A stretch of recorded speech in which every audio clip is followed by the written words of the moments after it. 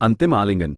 कभी कभी जीवन की धूप और छांव के बीच एक ऐसी कहानी जन्म लेती है जो न केवल हृदय को स्पर्श करती है बल्कि आत्मा को झकझोर देती है। ये कहानी है राधिका और विश्वास की, दो प्राणियों की जिनके भाग्य ने उन्हें एक दूसरे के इतने निकट लाया कि उनकी सांसें एक हो गईं। फिर भी नियति ने उनके बीच ऐसी दीवार खड़ी की जिसे न तो प्रेम तोड़ सका, न ही आंसुओं की बाढ़। ये कहानी उस दौर की है जब भारत स्वतंत्रता के लिए जूझ रहा था और हर घर में आजादी की आग जल रही थी, पर कुछ दिलों में प्रेम की चिंगारी उस आग से भी अधिक प्रचंड थी। राधिका एक साधारण गांव की कन्या थी जिसके चेहरे पर सूरज की किरणें और चांद की चांदनी दोनों ही झलकती थी। उसका गांव मथुरा के पास का एक छोटा सा गांव था जहां यमुना की लहरें रात को चुपके से गीत गाती थी। राधिका का जीवन सादगी से भरा था। सुबह गायों को चराना, मां के साथ रसोई में हंसी मजाक और शाम को यमुना के तट पर बैठकर बांसुरी की मधुर धुन सुनना। उसकी आंखों में एक सपना था जो शायद उसने खुद भी पूरी तरह नहीं समझा था। एक ऐसा सपना जिसमें कोई उसका हाथ थामे और उसे दुनिया की सारी पीड़ा से दूर ले जाए। विश्वास दूसरी ओर एक युवा क्रांतिकारी था। उसका जन्म लाहौर में हुआ था, पर उसकी आत्मा भारत माता की पुकार से बंधी थी। वो उन युवाओं में से था जिनके दिल में आजादी की ज्वाला धधक रही थी। विश्वास का चेहरा कठोर था, पर उसकी आंखों में एक ऐसी कोमलता थी जो केवल वही देख सकता था जो उसके दिल के करीब हो।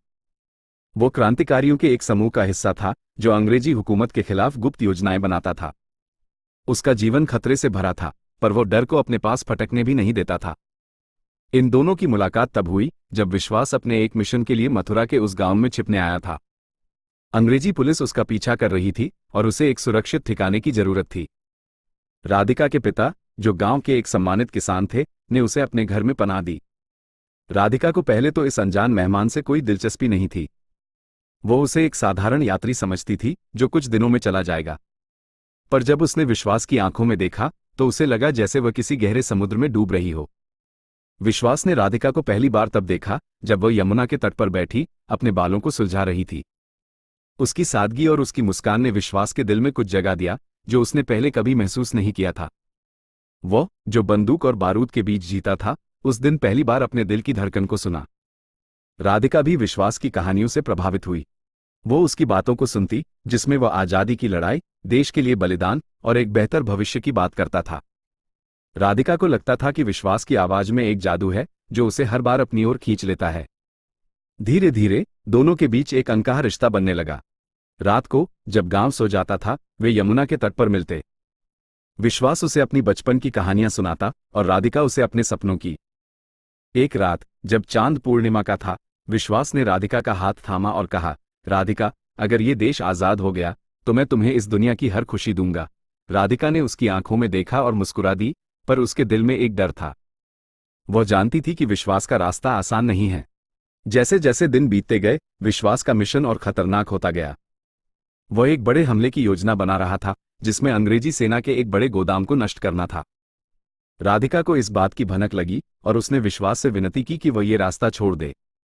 विश्वास, तुम्हारा जीवन अनमोल है, क्या तुम मेरे लिए ये सब नहीं छोड़ सकते? उसने आंसुओं भरी आंखों से पूछा। विश्वास ने उसका चेहरा अपने हाथों में लिया और कहा, राधिका, मेरी जिंदगी मेरी नहीं, इस मिट्टी की है। अगर मैं आज रुक गया तो ये देश कभी आजाद नहीं होगा। पर मैं वादा करता हूं, मैं तुम्हारे पास लौटूंगा। पर नियति को कुछ और ही मंजूर था। उस रात जब विश्वास अपने मिशन पर निकला, अंग्रेजी पुलिस को उसकी योजना की खबर मिल गई। एक भयंकर मुठभेड़ हुई जिसमें विश्वास और उसके साथी घिर गए। विश्वास ने आखिरी सांस तक लड़ाई लड़ी, पर वह बच नहीं सका। जब ये खबर राधिका तक पहुंची तो उसका संसार उजड़ गया। वह यमुना के तट पर गई जहां वह और विश्वास मिला करते थे। वहां बैठकर उसने घंटों रोया, जैसे उसकी आंखों से सारी यमुना बह रही हो। राधिका का जीवन अब पहले जैसा नहीं रहा। वो हर दिन यमुना के तट पर जाती और विश्वास की याद में एक दीप जलाती। गांव वाले उसे पागल कहने लगे, पर राधिका को इसकी परवाह नहीं थी। उसका विश्वास अब भी जिंदा था, उसके दिल में, उसकी सांसों में। एक दिन जब वो यमुना के किनारे बैठी थी, उसे विश्वास की आवाज सुनाई दी। उसने आंखें खोली, पर कोई नहीं था। फिर भी उसे लगा जैसे विश्वास ने उसे एक आखिरी आलिंगन दिया हो। वर्षों बाद जब भारत आजाद हुआ, राधिका ने उस गोदाम के खंडहरों के पास एक छोटा सा स्कूल खोला जहां वह बच्चों को आजादी की कहानियां सुनाती थी। वो विश्वास की कहानी सुनाती और कहती, प्रेम और बलिदान कभी व्यर्थ नहीं जाते। वे इस मिट्टी में बस जाते हैं और एक दिन वे नए फूलों के रूप में खिलते हैं। जीवन का ये सच है कि कुछ प्रेम कहानियां अधूरी रह जाती हैं, पर उनकी गूंज हमेशा बनी रहती है। राधिका और विश्वास की कहानी हमें सिखाती है कि सच्चा प्रेम वह नहीं जो केवल सुख की चाह रखता है, बल्कि वह है जो दुख में भी साथ निभाता है। ये कहानी हमें याद दिलाती है कि कुछ आलिंगन भले ही आखिरी हों, पर उनकी गर्माहट जीवन भर बनी रहती है। क्या आप भी किसी ऐसे आलिंगन को याद करते हैं जो आपके दिल में आज भी जिंदा है?